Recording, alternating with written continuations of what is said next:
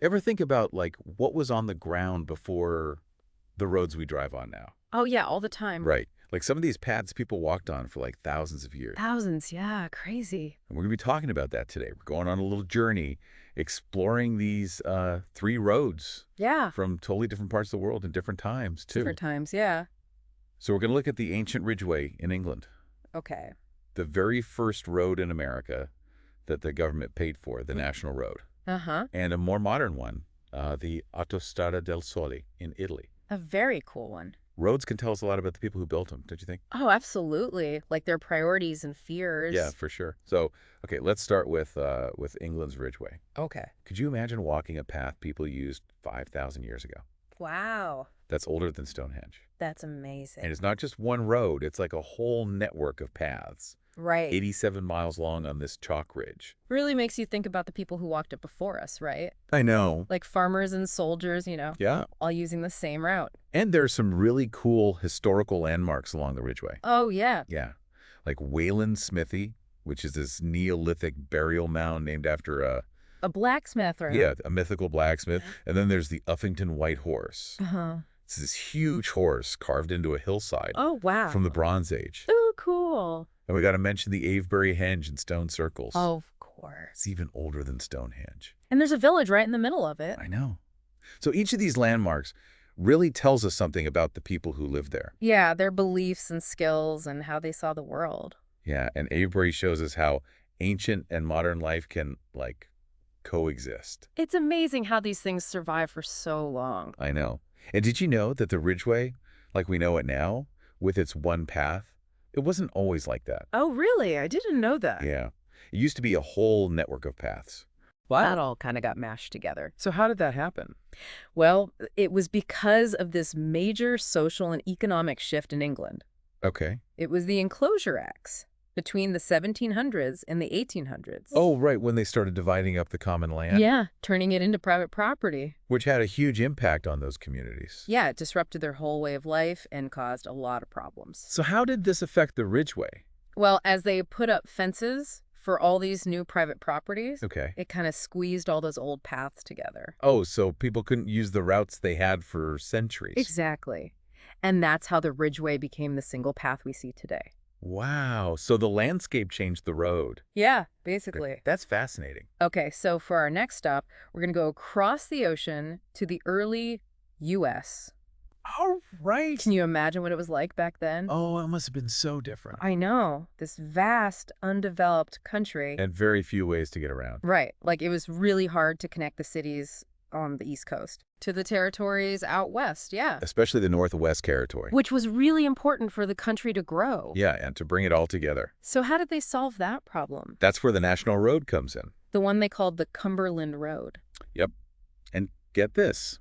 It was the first road in U.S. history that the government paid for. Wow, that must have been a big decision. It was. There was a ton of debate about what the government's role should be, Right. but the leaders knew it was important to connect the country. They had a good vision. They did. So when Ohio became a state in 1803, that really showed everyone how much they needed a good road system. But then, of course, everyone argued about where to start and how to pay for it, Exactly. and which states would benefit the most. It was a big political mess. No, so where did they end up starting? They chose Cumberland, Maryland. Okay, and why there? Well, it had access to the Potomac River. Which was a major trade route, right? Yeah. And it could connect to other routes, too. So they really put a lot of thought into it. Oh, yeah. They knew it would be good for trade and the economy. I see. But the actual building of the road, that must have been a huge job. Oh, absolutely. They had to survey the land, plan for it to grow longer, Uh-huh. and they even used this new paving technique, What was it? macadam roads. Macadam. What's that? They used layers of crushed stone to make a strong surface. Oh, wow. Much better than the dirt roads they had before. I bet. But can you imagine breaking all that stone by hand? Oh my gosh, with sledgehammers? Yeah. That's backbreaking work. So once it was all done, what kind of impact did it have? Oh, a huge impact. It helped people move west and opened up new areas for trade. Wow. It really shaped all the towns along the way. It's incredible how this one road played such a big part in American history. It really did. It's a symbol of progress for the whole country, Yeah. bringing people and places together. And some parts of it are now part of U.S. Route 40. Oh, wow. So you can still drive on some of it. You can. That's amazing. I know. Okay, now for our last stop today, we're going to sunny Italy. Oh, lovely. In the 1950s, after World War II, Italy was trying to rebuild. Yeah, they had a housing crisis and their roads and stuff were falling apart. It must have been a really hard time. It was, but they came up with this plan, the Rometa Law. Okay. It was to fix these problems, and it had this amazing project in it. What was it? The Autostrada del Sole, the Highway of the Sun. Oh, wow. This incredible highway. And this was a big engineering project. It was huge. It connected Milan all the way to Naples. Wow. 470 miles. And it made travel so much faster. That's incredible. It showed everyone that Italy was coming back strong. It must have been a massive project. Oh, it was. 113 bridges, 38 tunnels, Oh. and 572 flyovers. How did they even build all that? Well, they had a good plan. This engineer named Fidel Cova, Okay. he split the highway into sections so lots of crews could work at the same time. Oh, that's smart. Yeah, it made it go faster and it gave people jobs. So it helped the economy, too. Exactly. I heard the design was really innovative, too. It was. Some of the bridges were even featured in the Museum of Modern Art in New York. Wow. That's impressive. Yeah, they were really beautiful and well made. So it was like a work of art and a road? Yeah, it was. And there's also this special landmark along the highway. Oh, you mean the Church of San Giovanni Battista? Yeah, it's beautiful. It is. And it's a memorial for the workers who died building the highway. Oh, wow. That's really touching. It is. It shows the human cost of something this big. And you know, the Autostrada del Sole also gave it something else iconic. What's that? The Auto Grill. Ah, the Auto Grill. Not your average rest stop. Not at all. We're talking gourmet food, great design, all that Italian style. Like a little vacation on your road trip. Exactly.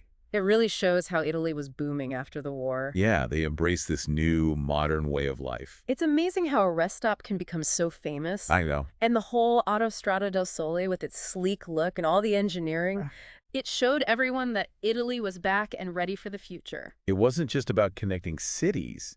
It was about connecting Italy to itself. Right, and growing the economy and tourism. Exactly. It's a great example of how important these big projects are. They can change so much more than just how we travel. Exactly. They change culture and society. You know, it's really interesting how these three roads, all from different times and places, Yeah. they all kind of tell the same story. What do you mean? A story about how ambitious humans are, Right. how creative we are, Uh-huh. and how much we want to connect with each other. That's true, whether it's an ancient path or a super modern highway. Right. It's all about overcoming obstacles and closing distances. It's like our desire to connect is built into us. Yeah, it really is. Yeah. It's like these roads are physical proof of that. That's a great way to put it. I think so, too. I love it. You know, thinking about these roads and how they change things, Yeah. it's not just about travel, it's about the whole area around them, too. Right. They really changed the landscape. And the lives of the people. Totally. Like with the Ridgeway, Yeah. all that trade and traffic, Yeah. settlements grew up along those paths. Because they were so important. Yeah, their economies relied on the Ridgeway. It's like the road made them grow. Exactly. And it's not just about money either. Oh, right? It changed their culture, too. How so? All those people traveling the same paths for generations, Yeah. it connected the communities. They had a shared history. Exactly. It became part of who they were. It's like the road was woven into their lives. I like that. And we see the same thing with the National Road. Oh, yeah. When it went west, it opened up all that land. Uh-huh. New towns and cities popped up. That wouldn't have existed without it. Right. It was like a lifeline. Bringing everything they needed. People, goods, ideas. It really connected the East Coast to the West. And it wasn't just about moving west. Oh, right. It made trade easier between all the different areas. It was unifying the country. Exactly. And it's not just the roads themselves. What else? All the stuff that gets built around them. Oh, you mean like rest stops and hotels? Exactly. All that creates jobs and boosts the local economy, They become part of the culture, too. like the Auto Grill in Italy. Oh, yeah. It's a perfect example. That Auto Grill is so cool. It's not just a place to stop and eat. It's like a little piece of Italy. With the food and the design, It's so stylish. it showed how Italy was thriving after the war. Like a symbol of their success. Exactly. It's amazing how a rest stop can become so iconic. I know. And the Autostrada del Sole itself, with its design and engineering, Yeah. it was like a symbol of Italy's comeback. They were ambitious and ready for anything. Right. It wasn't just connecting cities, it was connecting Italy to the future. It showed their national pride. Absolutely. It's a good reminder that roads aren't just about getting from point A to point B. Right, they can represent so much more. Progress, innovation, national identity. Exactly. I love that. So next time you're on a road trip, think about the history under your tires. All the people who came before. What stories does that road hold? It's a great way to connect with the past. And maybe you'll discover something new. Some hidden gem off the beaten path. Exactly. Now, before we finish up, Yeah. I want to hear from you. Oh, yeah. What roads are special to you? Are there any stories you've discovered along the way? We love hearing about those local histories. So share your discoveries with us. And if you enjoyed our road trip today, Yeah. make sure you subscribe so you don't miss the next one. We're always looking for cool new topics to explore. We are. Until next time.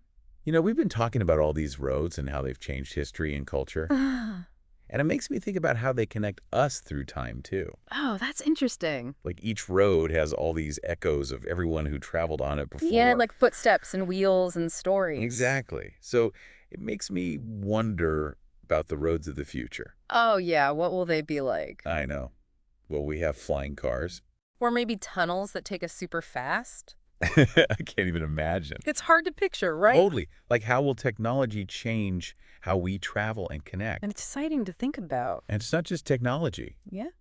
Like, what if we all care more about the environment in the future? Oh, right. Maybe our roads will be different. Yeah, maybe they'll be made for electric cars. Or even solar-powered. We could have roads that make energy. That would be amazing. Or maybe we'll go back to simpler ways of getting around. Like walking and biking. Yeah, and more public transportation. It's fun to imagine all the possibilities. It is. Maybe someday we'll be doing a deep dive on future roads. I bet we will. But for now, let's enjoy the roads we have Yeah. and all the stories they tell us. So the next time you're on a road trip, Yeah. even if it's just your regular commute, Uh-huh. think about all the journeys that came before you on that road. It's a cool way to look at it. And remember, every road is a chance to discover something new. Or to connect with someone. And maybe even find a little wonder along the way. I like that. That's a great way to wrap things up. It is. Thanks for joining us on our deep dive into the world of roads. Yeah, thanks for listening. If you enjoyed it, don't forget to subscribe to the show. So you don't miss our next adventure. Until then, happy travels.